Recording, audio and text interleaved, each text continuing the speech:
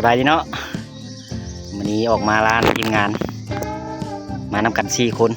แบ่งกันเป็น2 ทีมหนึ่งซอกกระหอกทีมเฮานะมีอาศัยแต่ตัวดำๆนี้หาไล่แลนเมื่อนั้นเห็นแลน2 ตัวบ่ได้ก็สิเป็นยังไงในพานเฮาในพานแลน ถ้าบ่ได้กินแท้แล้วมันฟูราคาเขานะ สิเห็นหนังสวรรค์ฟูราคาวันนี้ว่าอีสร้างผลงานเราสิไปแถวเก่าเฮาที่คลิปแล้วนี่เฮาไปฮั่นพอเห็นหมูป่าแล้วก็เห็นตัวแลนแดสิไปเบิ่งว่ามันสิลงบ่มื้อนี้แลนนะว่าเห็นอายเราเห็นตัวนึงบักใหญ่ๆว่า4-5 โลขึ้นภูไปไกลเติบถ้าแดดออกข้างๆเราค่อยย่างขึ้นไปเนาะเพราะตัวแลนนี่แดดออกมันจึงลงทีมเฮา2 คนลอยคอยย่างขึ้นไปแต่ว่ากระหอกนี่บ่แน่ใจกระหอกนี่ว่าบ่มีต้นมากให้ยิงไปเบิ่งต้นบักเดือเมื่อกี้นี่ก็เห็นห้อยกัดอยู่หน่อยนึงก็คือสิได้ยิงอยู่โอเคเป็นยังไงจะถ่ายให้เป็นระยะเรียบร้อยเนาะไล่มาตัวนี้ไล่ลงภูประมาณ400-500 เมตรทีมงานเรากำลังดึงเข้าหูโอ้ในเรื่องตัวนี้เขามาเลยมันเห็นมันเล่นเนาะมาไล่มาจับปั๊บเลยเข้าหูอยู่ห่างมันดึงออกยากขนาดเรียวมาแล้วโอ้ยังอยู่อ๋อทุกเด้อปกติตัวนี้กัดระวังคุบได้ข้างใดโอ้ว้าวโอ้มานพูดมากับข้าวใส่ขนาดดูโอ้เจ็ดอ๋อหักแล้วจะได้บัดนี้ใส่ยางยืดถึงได้ออกมาย างยืดไปมึงเด้อโอ้ถูกมีพัดโอ้ยังเฮาอยู่กันหัวหน้ามาเลยกันไปสวบกับใส่มือสิยุ่งเลยนานเมืองดำเอาซะขันเขาได้นึงไหมก่อนดูใกล้กันเลยโอ้ไม่ใช่ปันไดนอกจากออกไปนอกคุณมัดกันเนาะเดี๋ยวหลุดมือยันหลุดมือ3 โลได้ปะบอกอะไรนะป้าเบาได้นี่ดุนนี่ต้องประมาณ2มันเล่นเนื้อทั้งหมดเป็นแม่ละหมาดแล้วไข่เต็มท้องมันไข่ที่ยามนี่เนาะไข่กันยังน้อยแต่บุรันนี่ดีท้องโอ้คักแล้วยังตัวนึงมาดิทีมงานเราเห็นตัวนั้นให้ไงบอกว่ามันจะออกมาคือตัวนี้บ่ตัวนี้ออกบอลเดียวกันปั๊บเลย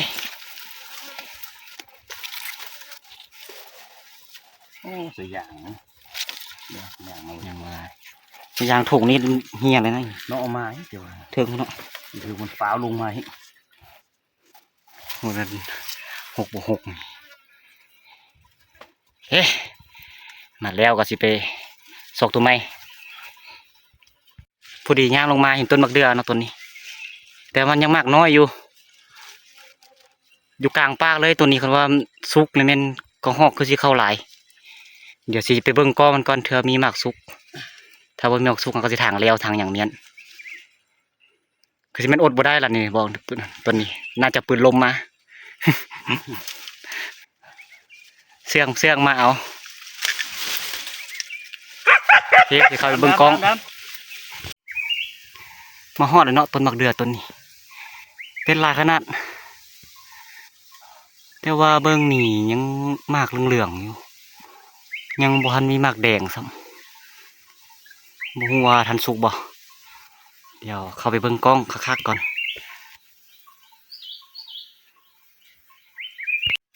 มาเบิ่งกับพื้นเลยเนาะโอ้เห็นห้อยกัดอยู่ห้อยกระหอกโอ้สิมานั่งนี่เลยตัวแรงนี่ตั้มเลยงาขึ้นน่ะจ้ำจี้ยิงเลยสอบเบิ่งเพื่อนละลายก่อนว่ามันล้นลายสมัยละไป เบิ่งพื้นแปลนให้แปลนว่าซีเมนต์ตกกันในบ่นี่เนาะอ๋อเดี๋ยวสิขึ้นไปซอกแลนอีกตืม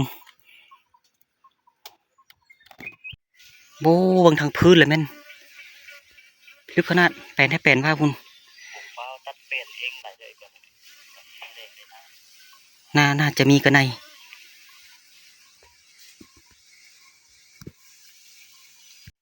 เนาะหอยมันเนาะอันแนวนี้อันถามทีมงานแล้วว่าเป็นตัวเงินมากินเนาะเรือสิเฝ้าเลย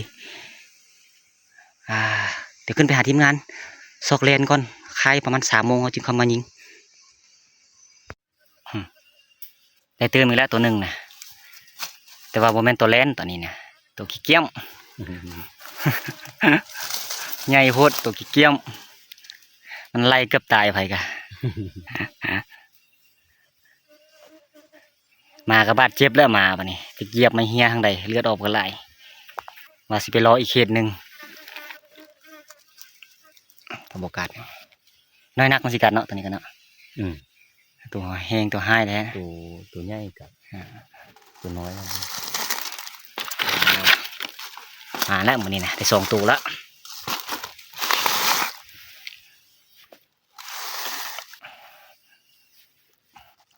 3-4 ขีด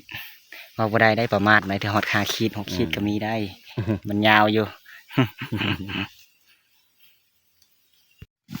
เร็วๆมาอีกแล้วบัดนี้สำคัญบัดนี้ให้ใหญ่โบปุ่นเบิ่งมาเฮ็ดนะปุ่นเบิ่งสำใดปุ่นนะนักเลยเกียมกับบ่ทอ โอ้ลูกมันแม่มันอยู่ทางนู้นพุ่นได้คุบเอาเลย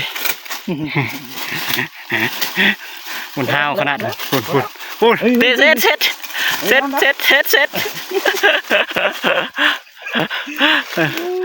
ไปลงไปลุ่มบ่ดิฝนที่ห้ามหัวนะ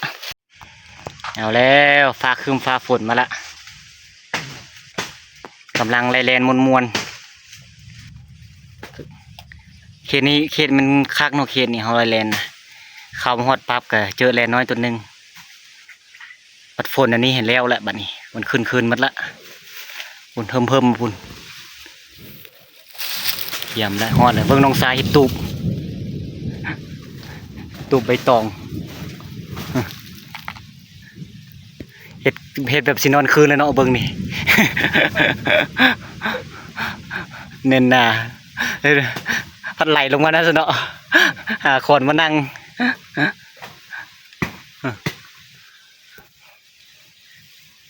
ว่ามันตกแล้วมันจะเศร้าไว้บ่เศร้าไว้สิได้กอมักเดือก็มากไม้มากนึงเขาไปเห็นหอยก็หอกกินลายนางคนละต้นตอนแรกนะแต่ว่าฝนนี้เป็นยังไงตกเลยหนีใครได้คันลินเลยได้ตายเบิ่งบางนักล่าเขาเมื่อยละบาดเจ็บละ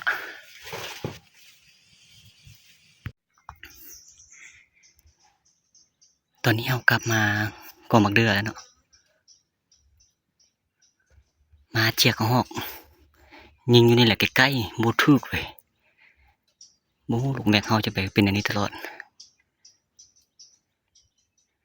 ตอนนี้ประมาณ3 โมงเบื้องหน้าจะมีหอกเขาอยู่เป็นอย่างไรติดตามไปนำกันกัดปืนเป็นอันนี้โอ้ยเธอสุดท้ายแหละเสียมานะยิงบูทึกแนวนี้ใกล้ๆนึงก็ยังบูทึก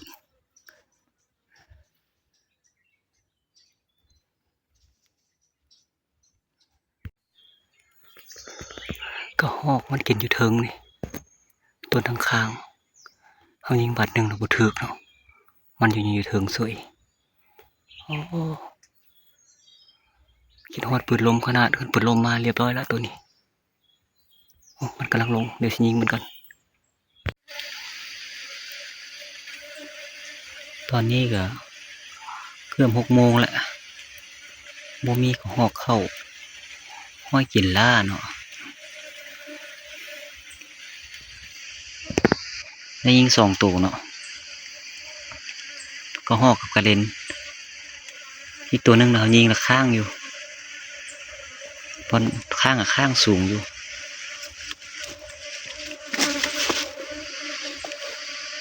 ห้อยกินปลากระหลายแต่ว่าบ่มีสัตว์เป็นยังไงเนาะตัวนี้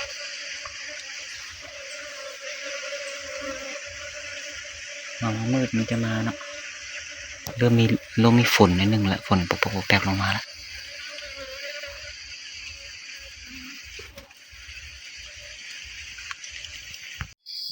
โอเคครับแม่เนาะตอนค่ำมันก็ฮอกเข้าหลายขนาดแต่ว่าลุงแมงเฮาบ่ทันยิงแล้วมันก็เห็นเฮาอีกบ่ฮู้เป็นจังไดเนาะนางมื้อนี้แมทสาวเฮานี่โอ้เป็นจังไดแมทสาวนี่บ่มานเลยแมทสาวมาเท่าใดกะมื้อนี้ควรจะได้7-8ตัวพุ่นแต่ว่าอันพลาดแท้ๆ2ตัวเนาะตัวหนึงอันค้างตัวพลาดไปที่3ตัวแต่ว่าฮอกมาหลายแต่ว่าเฮาบ่ยิงหั่นน่ะมาแล้วมันเห็นเฮามันตื่นเฮาเป็นน้ำปืนบ่มานบ่ได้ยิง4 บาท5 บาทเนาะได้5ตัวเป็นฮอกเนาะฮอก4ตัวแล้วก็กระจ้อนตัวหนึงโอ้ถึกอันตาย5ตัวเนาะค้างตัวหนึงธรรมดาไม่ได้5ตัวแล้วยิงพลาด2ตัวเป็น7ตัวเนาะอันบ่ได้ยิงอีก3-4ตัวอีกโอ้ยควรจะได้หลายมื้อนี้นะอดบ่ได้ละเทื่อหน้าสิได้เอาปืนลมมาละทีมงานเฮามาไล่แล่นน้ำกันเราก็ได้3ตัวเนี่ยทีมงานอีก2 คนคือในพุ่นบ่ฮู้ว่าได้จักตัวเนาะมันเฮามือเฮือนแล้วจังสิอันนั้นให้เบิ่งสิเอารวมหมดผลงานให้มึงแต่ว่าเฮาก็โอเคละมื้อนี้ก็ได้ซ้ำนี้ก็ได้แล่น3ตัวแต่ว่าเป็นตัวน้อยโพดแล่นก็ตัวนึงเอาใหญ่อยู่ประมาณ2 โลปลายเกือบ3 โลตัวทำบิดที่เฮาได้นะตัวที่2มาแหละบดอันตัวน้อยตัวที่3เห็นกระเต็กเลยซ้ำกับกระปอมนี่ โอเคบ่ได้เข้ามากอ่ะช่วยกดไลค์กดติดตามให้เด้อแถวนี้เริ่มอันมากับมายากแล้วเนาะเขาเก็บอาวุธเนาะจึงได้เอาลูกแม็กมานี่2 คลิปละขณะปืนลมมาเนี่ยมันม้วนคลิปนี่นะต้นเป็นแป้นหนึ่งน่าจะได้ภาพจริงแจ้งโอเคกลับไปหาทีมงาน ไอ้พี่อย่าลืมมืออ่ะ ผลงานมื้อนี้ ยิงเอาวะกัดเอาวะนี่ มันไล่ไปแล้วมันเข้าหู